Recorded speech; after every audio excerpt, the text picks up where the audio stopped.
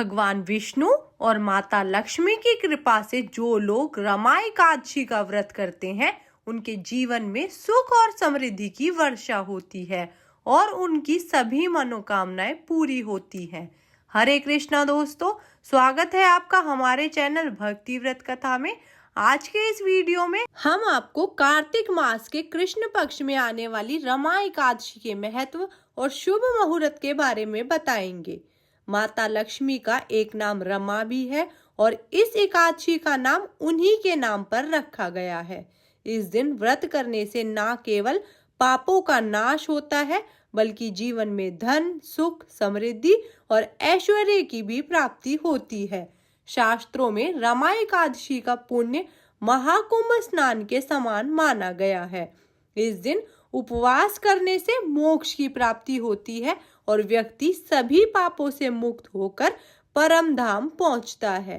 कार्तिक मास के कृष्ण पक्ष की एकादशी के अगले दिन, जिसे द्वादशी कहते हैं, उसे गोवत्स द्वादशी के नाम से जाना जाता है।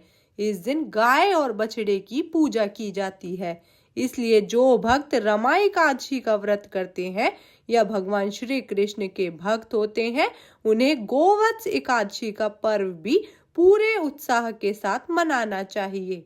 भविष्य पुराण के उत्तर पर्व में वर्णित है कि एक बार जब महाराज युधिष्ठिर भगवान श्री कृष्ण से दुखी होकर कहते हैं, भगवान, मेरे राज्य की प्राप्ति के लिए 18 अक्षौहिणी सेनाएं नष्ट हो गई हैं। इस पाप से मेरे मन में बहुत घृणा पैदा हो गई है।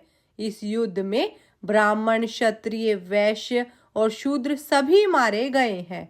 भीष्म, द्रोण, कलिंगराज और पूरम की तरह महान योद्धा भी मारे गए हैं, जिससे मेरे मन में बहुत कलेश है। हे मधुसूदन, कृपया मुझे इन पापों से छुटकारा पाने का कोई धर्म बताइए। तब भगवान श्री कृष्ण ने कहा, हे धर्मराज, गोवत्स द्वादशी नामक व्रत बहुत पुण्य प्रदान करता है।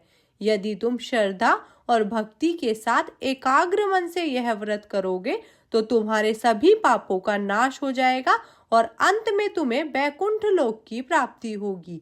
तब भगवान मधुसूदन की बात मान धर्मराज युधिष्ठिर ने भी एकादशी और फिर गोवत्स द्वादशी का व्रत किया। इस दिन संतान की खुशी, उनकी लंबी आयु या संतान प्राप्ति के लिए भी गोवत्स द्वादशी का व्रत रखा जाता है। इस बार एकादशी की तिथि 27 अक्टूबर रविवार सुबह 5:02 से शुरू होगी और 28 अक्टूबर सोमवार सुबह 7:05 पर समाप्त होगी। रविवार को पूरे दिन एकादशी रहेगी, लेकिन इस बार रविवार के दिन व्रत ना रखकर 28 अक्टूबर सोमवार को व्रत करना उचित होगा। गोवत्स द्वादशी भी इसी दिन मनाई जाएगी, यानी आप दोनों व्रत एक साथ भी रख सकते हैं। रविवार को पड़ने वाली एकादशी दशमी तिथि से युक्त एकादशी है। जब भी एकादशी 2 दिन पड़ती है तो सभी भक्तों को दूजे दिन वाली एकादशी का व्रत रखना चाहिए। द्वादशी तिथि 28 अक्टूबर सोमवार को सुबह 7:05 पर शुरू होगी और 29 अक्टूबर मंगलवार को सुबह 10:03 पर समाप्त होगी। द्वादशी तिथि लगते ही हरिवासर का समय भी शुरू हो जाएगा, जो लगभग 5 से 6 घंटे तक रहेगा। अब जानते हैं एकादशी के दिन के शुभ मुहूर्तों के बारे में।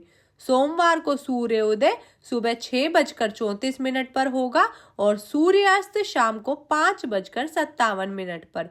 ब्रह्म मुहूर्त सुबह 4:57 से 5:46 तक रहेगा। अभिजीत मुहूर्त सुबह 11:48 से 12:33 तक रहेगा। अमृत काल सुबह 8:12 से 10 बजे तक रहेगा। राहु काल, जो कि अशुभ मुहूर्त होता है, सुबह 7:30 बजे से 9 बजे तक रहेगा। इन मुहूर्तों का ध्यान रखते हुए व्रत करने वाले भक्त अपना शुभ दिन शुभ तरीके से व्यतीत कर सकते हैं। जहां तक संभव हो आप अपनी पूजा सुबह 7:30 बजे से पहले कर लें। अगर ऐसा नहीं हो पाता तो आप सुबह 9 बजे के बाद भी पूजा कर सकते हैं, क्योंकि राहु काल के दौरान पूजा से बचना चाहिए। राहु काल के समय में आप राहु और केतु से संबंधित दान कर सकते हैं, जो बेहद शुभ माना जाता है। द्वादशी तिथि यानी 29 अक्टूबर मंगलवार को सूर्योदय सुबह 6:34 पर होगा और सूर्यास्त शाम को 5:46 पर। ब्रह्म मुहूर्त सुबह 4:58 से 5:46 तक रहेगा। अमृत काल सुबह 10:02 से 12:13 तक रहेगा। अभिजीत मुहूर्त सुबह 11:48 से 12:32 तक रहेगा। इस दिन राहु काल दोपहर 3 बजे से 4:30 बजे तक रहेगा। क्योंकि सोमवार को एकादशी और गोवत्स द्वादशी दोनों है, तो शाम के समय गोधूली बेला में गोवत्स द्वादशी की पूजा की जाती है, जो विशेष रूप से फलदायी होती है। गाय और बछड़ों की पूजा का महत्व इस दिन विशेष होता है। गोवत्स द्वादशी पर गाय और बछड़ों का पूजन किया जाता है और गौशाला में दीप दान भी किया जाता है। आप गोधूली मुहूर्त जो शाम 5:39 से 6:05 के बीच है में गाय और बछड़ों की पूजा कर सकते हैं। हरिवासर का समय 28 अक्टूबर सोमवार को दोपहर 1 बजे तक समाप्त होगा। ध्यान रखें, कुछ भक्त ऐसे होते हैं जो एकादशी लगने के दिन से ही व्रत शुरू कर देते हैं।